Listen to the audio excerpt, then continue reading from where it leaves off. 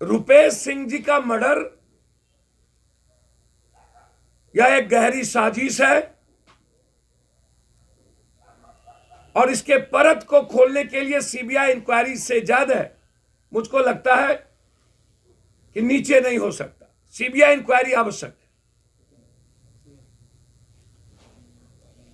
नीतीश जी, 3 महीना अपराध मुक्त बिहार हो सकता है यदि आप कठोर निर्णय लें। मैंने पहले भी कहा था, एफिडेविट के साथ 3 महीने का वक्त। अब 3 महीने में बिहार की राजनीति से बहुत दूर पप्पू यादव।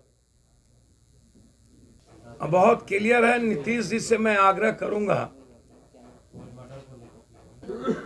कि 3 महीना एक ही मुद्दे पूरे बिहार के पदाधिकारियों के को आप थाने से जिले से बदलिए, फ्री हैंड दीजिए शूट एंड साइट का। अपराधी कोई भी हो, किसी जात का हो। नेता लोगों को ट्वीट करने की आदत हो गई है। मेरा आग्रह है कि सत्ता पक्ष और विपक्ष पहले अपने दल में जो जनप्रतिनिधि अपराधी है उसको पार्टी से निकाले। हर परिस्थिति में पार्टी से निकाले। बिहार को बचाने के लिए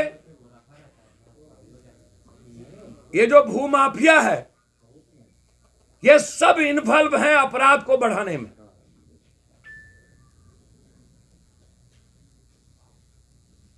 जनप्रतिनिधि संरक्षित अपराध और अपराधियों को पूरा पॉलिटिकल सिस्टम का संरक्षण है। ये लोग कोहबर घर में सोए रहते हैं, अपराधी सुहाग रात मनाते रहते हैं।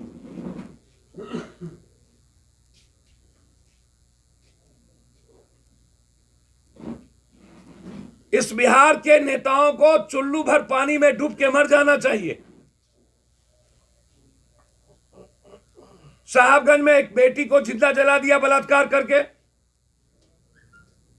एक बच्ची अपाहिज थी, मुंह गूंगी थी, बलात्कार करके उनके दोनों आंख को फोड़ दिया गया मधुबनी में, हरलाकी में। एक इंजीनियर लड़का था, उसको जबरदस्ती भूमाफिया, इकलौता बेटा था, वो टीचर है, मुजफ्फरपुर में मार दिया गया। हर दिन एक जिले में कम से कम आधा दर्जन से ज्यादा बलात्कार और अपराध। हर चीजों में राजनीति। अब जो हमारे इंडिगो के रुपेश है, इनका कोई अपराधियों से तो कोई झगड़ा था नहीं। शूटर ने अब रुपेश को मारा। ये शूटर हायर किसने किया? इसके पीछे पैसा का खेल या इसके पीछे कोई पॉलिटिकल एजेंडा या इसके पीछे कोई लड़की का एजेंडा? इसीलिए मेरा डिमांड है, इसकी सीबीआई इंक्वायरी आवश्यक है। 1 किलोमीटर के रेडियस में सारे एमएलए, एमपी, मंत्री, मुख्यमंत्री, विपक्ष बैठे हुए हैं। आप रिबेरो को लाइए, वैसे अफसर को लाइए। पंजाब में 2-2 डीजी को लाया गया था पूरा पंजाब की सफाई के लिए। आप लाइए, उसको फ्री हैंड दीजिए और आप टाइम फाइनल कर दीजिए। 2 साल का डीजी नहीं हटेगा और उनको कहिए मुझको अपराध मुक्त चाहिए। कोई टेलीफोन नहीं जाएगा, कोई इंटरफेयर नहीं होगी, चाहे जिस जाति धर्म का अपराधी हो या जो भी जनप्रतिनिधि इन्वॉल्व हो। यदि एक अपराधी आपको बिहार में मिल गया, फिर आप हमें बताइए। शराबबंदी अपराध का सबसे बड़ा कारण बनता चला जा रहा।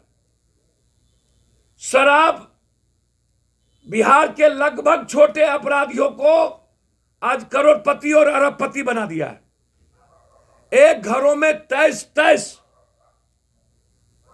मुजफ्फरपुर में एक छोटा सा लड़का शराब किंग माफिया हो गया और जेल से वो शराब बेचवाता है, पूरा प्रशासन के नेक्सस में, और उनके घर में तैस एसी लगे हुए। बउआ ठाकुर है कोई, बउआ ठाकुर।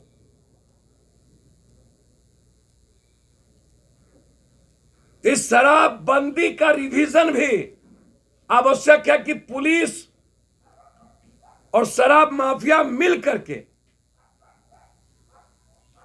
कमाने में लगे हुए हैं, नेता को पहुंचाने में लगे हुए हैं, और अपराधी पूरा मस्त होकर जमीन अधिग्रहण अन्य घटनाओं में संलिप्त है, जिसमें नेताओं की संलिप्तता है। और इस घटना में मैं साफ कह सकता हूं कि किसी ने मरवाया है, शूटर ने मारा है, इसलिए तहकीकात की जरूरत है। सर काफी दिन हो गया चावल व्यवसायियों का कोई सुराग नहीं मिल पा रहा है। पुलिस मैं तो कह रहा हूं कि प्रशासन बिल्कुल सोई हुई है, कोई मतलब नहीं है। उसके बच्चे रो रो के बुरे हाल हो चुके हैं और प्रशासन दिग्भ्रमित कर रही है इस घटना को। तो हम प्रशासन से मैंने कहा है कि आप जिंदा या मुर्दा कुछ भी तो लाइए, यह जिम्मेदारी आपकी है।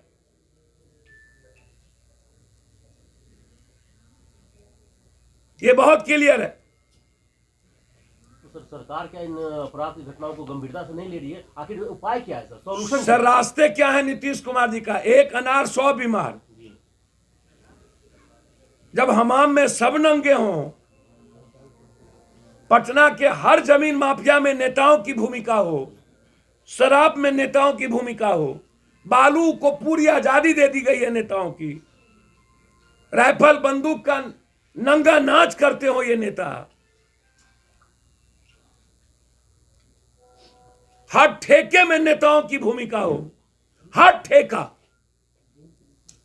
हर ठेकों में नेता इन्वॉल्व है, तो फिर आप क्या चाहते हैं? राजनीति का शुद्धिकरण आवश्यक है। राजनीति में अपराधीकरण का समाप्ति आवश्यक है।